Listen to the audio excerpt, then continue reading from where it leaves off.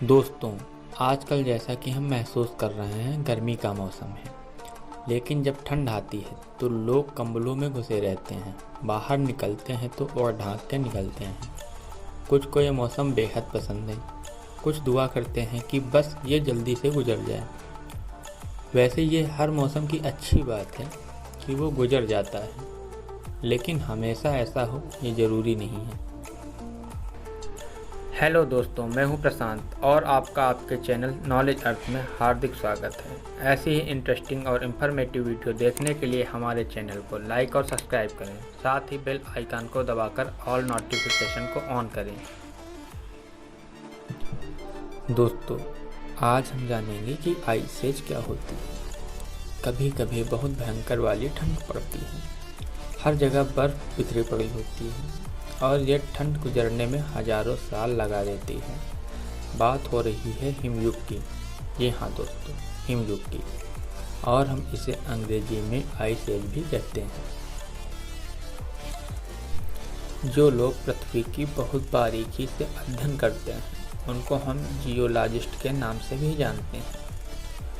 उन लोगों का कहना है एक बहुत लंबे समय को आइस एज बोलते हैं। उनके मुताबिक लेटेस्ट वाली आइस एक 45 लाख साल पहले शुरू हुई है और अभी भी चल रही है। इस आइस एज के दौरान पृथ्वी पर बर्फ आती है और जाती है। ऐसा कई बार होता है। आम आदमी की समझ ये है कि जब पृथ्वी पर बहुत सारी बर्फ होती है उस समय को हम आइस एज कहते हैं। जिस बर्फीले समय को हम लोग आइस एज कहते हैं उसे जियोलॉजिस्ट ग्लेशियर पीरियड कहते हैं। मैं और आप सभी आम आदमी हैं, इसलिए हम सब बर्फ वाले दौर को आइस एज कहेंगे। अंटार्कटिका और आर्कटिक पृथ्वी के दो बहुत ठंडे इलाके हैं। ऐसा इसलिए है क्योंकि ये हिस्से पृथ्वी के ध्रुवों पर हैं। ध्रुव मतलब एकदम टॉप और एकदम बॉटम। इधर सूरज की रोशनी बहुत कम पहुंचती है। यहाँ बड़े बड़े ग्लेशियर हैं और बर्फ़ की चादरें हैं। आज से 20,000 साल पहले पृथ्वी का एक बड़ा हिस्सा बर्फ़ की चादरों और ग्लेशियरों से ढका हुआ था। यह बर्फ़ की चादरें 3 से 4 किलोमीटर मोटी हुआ करती थी। इसके कारण पूरी पृथ्वी एक ठंडा गोला बन गई थी। फिर ये बर्फ़ पिघली और तकरीबन 11,000 साल पहले ये मंजर ख़त्म हुआ।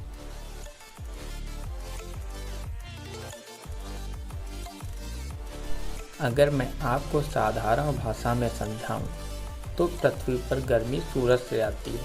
अगर पृथ्वी के किसी इलाके में ठंड पड़ रही है इसका मतलब यह है कि वहां सूरज की रोशनी कम पहुंच रही है। जब पृथ्वी पर बर्फानी माहौल है इसका मतलब यह है कि पृथ्वी पर सूरज की रोशनी कम हुई होगी। लेकिन ये रोशनी कम कैसे हुई? इस कैसे का जवाब दिया है एक सर्बियन वैज्ञानिक मार्टिन मिलांकोविच ने 1910 के दशक में।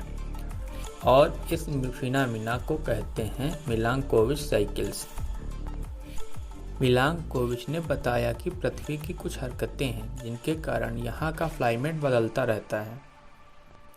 आइए हम जानते हैं कि पृथ्वी की क्या हरकतें हैं और पृथ्वी की होने वाली हरकतों से पृथ्वी पर क्या बदलाव होता है।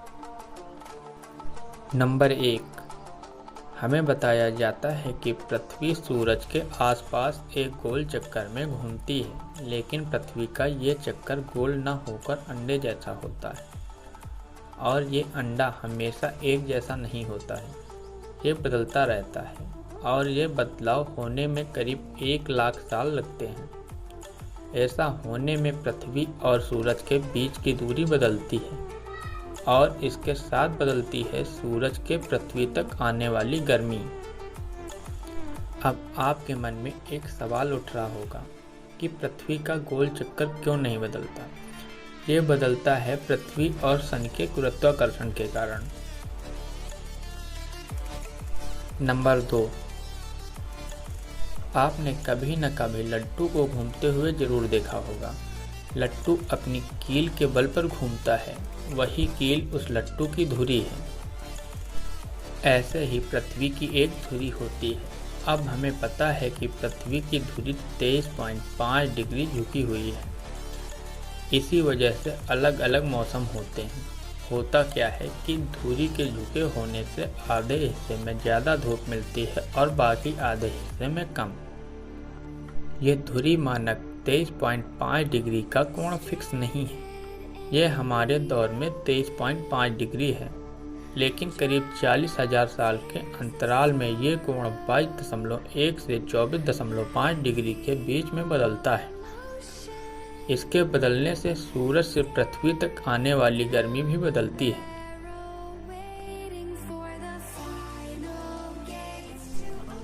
नंबर 3, एक बार फिर हम लट्टू को एग्जाम्पल बनाकर आपको समझाने का प्रयास कर रहे हैं।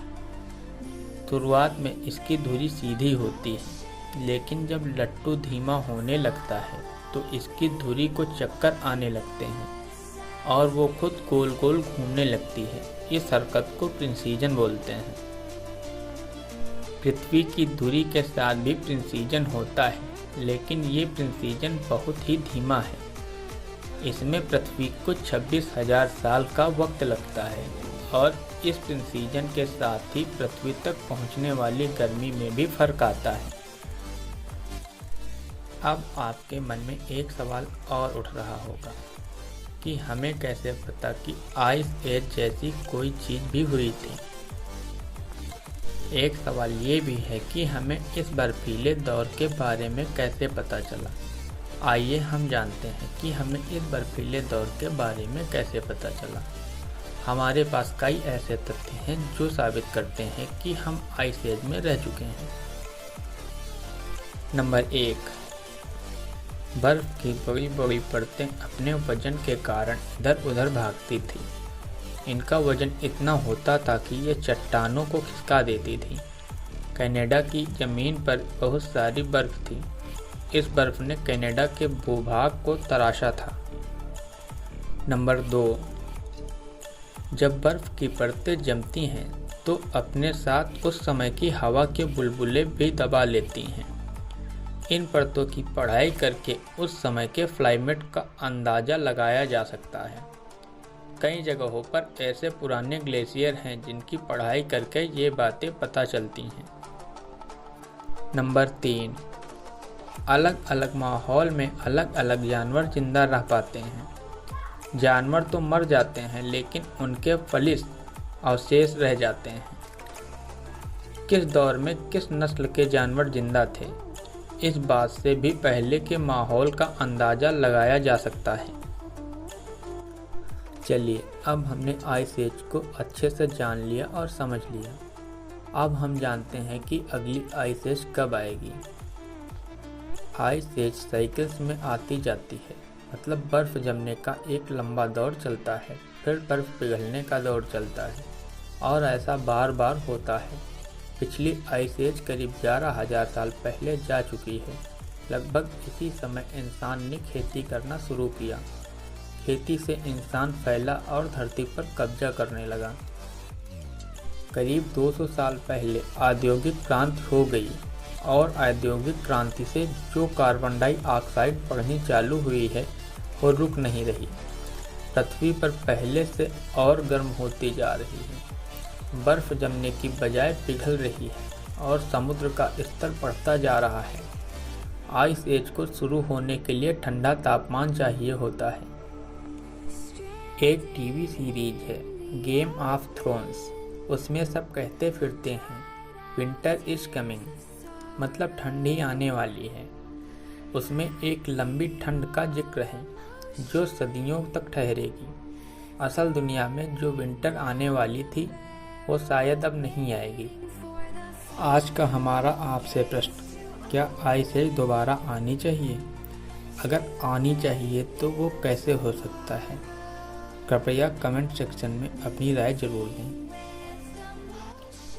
अगर इस वीडियो को देखने से आपको कुछ सीखने को मिला हो तो इस वीडियो को लाइक, कमेंट और शेयर करें। धन्यवाद।